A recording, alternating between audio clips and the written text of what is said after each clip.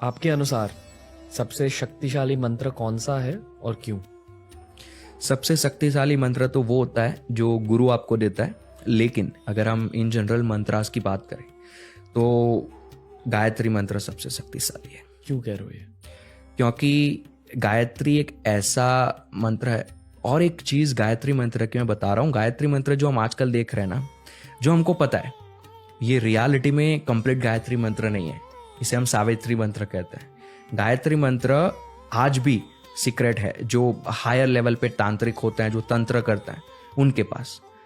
तो जो भी सावित्री मंत्र हो या गायत्री मंत्र हो, वो उस प्रकार का मंत्र है कि अगर आपने उसको अच्छे से यूज नहीं किया, मे बी आप के दिमाग में कुछ और चल रहा है, कुछ और हासिल करना चाहते हो, और आप उस समय गायत्री मंत्र का इस्तेमाल कर रहे हो, तो वो आपको, आपका जो आवाज है उसको भी छीन सकता है, वो आपको अंधा बना सकता है, वो आपको बहरा बना सकता है। मेरे साथ मैंने ये देखा है, मेरे क्लोज एक रिलेटिव्स हैं जो गायत्री मंत्र का जाप कर रहे थे विदाउट एनी इनिशिएशन, और बस अपने मतलब के लिए, अपने काम के लिए, अपने डिजायर्स को फुलफिल करने के लिए। डिजायर्स जैसे कि कुछ भी हो, मान लो कि मुझे अमीर बनना है, पैसा कमाना है, बहुत पैसा चाहिए, तो गायत्री मंत्र के ऊपर मेडिटेट करने लगे। कहीं ना कहीं लोगों ने कहा उनको कि भगवान का नाम लो, कोई मंत्र गाओ तो पैसे आ जाएंगे।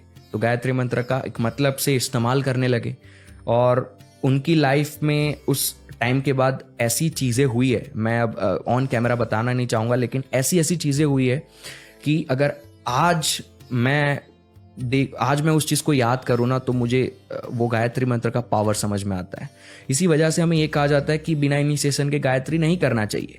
ऐसा नहीं है, आप गायत्री कर सकते हो बिना इनिशिएशन के, but you should know the correct pronunciation, और आपका अंदर से जो मोटिव है उसको करने का, वो साफ होना चाहिए।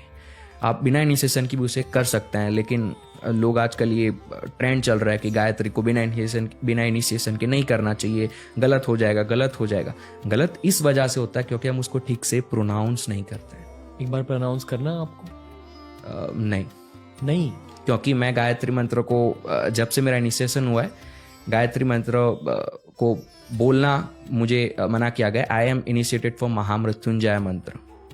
और मैं, ये होता है, आप देखो लोग करते हैं गलतियां। मंदिर होता है ना घरों में, तो 4-5 देवी देवताओं के फोटोज लगा देंगे, या फिर कहीं से कुछ मंत्र सीख लिया, कहीं से कोई योग सीख लिया, सब कुछ इकट्ठा करके अपनी लाइफ में यूज करना स्टार्ट कर देते हैं।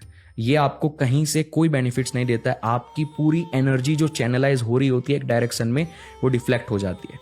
इसी वजह से मैं ये लोगों को कहता रहता हूं कि आप किसी एक पर्टिकुलर देवी या देवता को पकड़ो और उनके पीछे पूरी लाइफ अपनी लगा दो, और किसी देवी देवताओं के पास मत जाओ, किसी को बुरा नहीं लगने वाला है। ये पूरा जो सिस्टम बनाया गया है ना, वो बड़ा डीपली बनाया गया है। तो ये चीज मैं मानता हूं। तो मंत्र एक ही अपनी लाइफ में रखो और उसका इस्तेमाल करो। पावरफुल मंत्र, अगर ओम नमः शिवाय जैसे ऐसे मंत्र है जो उतना आपको नेगेटिवली इंपैक्ट नहीं करते हैं, अगर आप अच्छे मोटिव से गाओ या खराब, तो ऐसे मंत्र आप मल्टीपल्स यूज कर सकते हो। लेकिन ऐसे जो गायत्री, महामृत्युंजय, नेवर डू दैट। एक के बाद एक गायत्री, कल को आज महामृत्युंजय। मोस्टली 99.99% लोग यही करते हैं। बहुत बड़ी गलती है ये लोगों की। मतलब फैमिलीज में यही होता है। हाँ, कोई दादी दादा बैठ जाते हैं, हाँ, और फिर सारे मंत्र गाने लगते हैं। हाँ, और ये जब मैं कहता हूँ तो लोगों के सेंटिमेंट्स होते हैं, वो हर्ट होते हैं।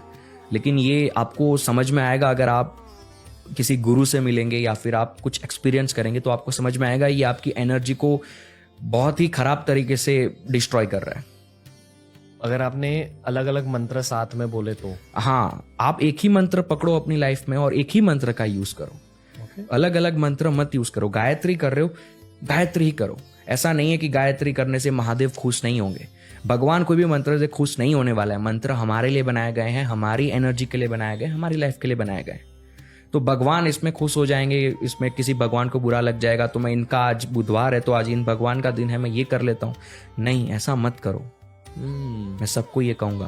तो क्या आप ये मानते हो कि भारत में काफी सारे रॉन्ग सिस्टम्स हैं रिलीजन को लेकर, स्पिरिचुअलिटी को लेकर? बहुत सारे हैं, और लोग सुधारना नहीं चाहते हैं क्योंकि उनके बचपन से सेंटिमेंट्स हैं। कि मेरे घर परिवार में तो यही चल रहा था पहले से, लेकिन घर परिवार में भी किसी को इस चीज का नॉलेज नहीं है, तो वो यही चला रहे हैं। और हम उसको अगर कहने जाएंगे, अगर हम सुधारने जाएंगे, तो वो नहीं सुनते हैं, ईगो आ जाता है एक।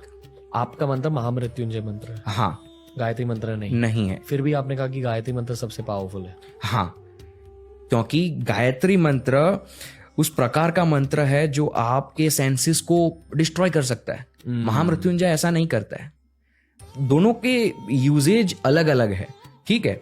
गायत्री का यूजेज अगर मैं तांत्रिक पर्सपेक्टिव से बात करूं ना, तब उन दोनों के यूजेज अलग अलग हो सकते हैं, लेकिन एक नॉर्मल ह्यूमन के लिए वो दोनों मंत्र पर्टिकुलर 90 to 95% एक ही तरीके से काम करेगा। 5% बस अलग अलग दोनों में होता है।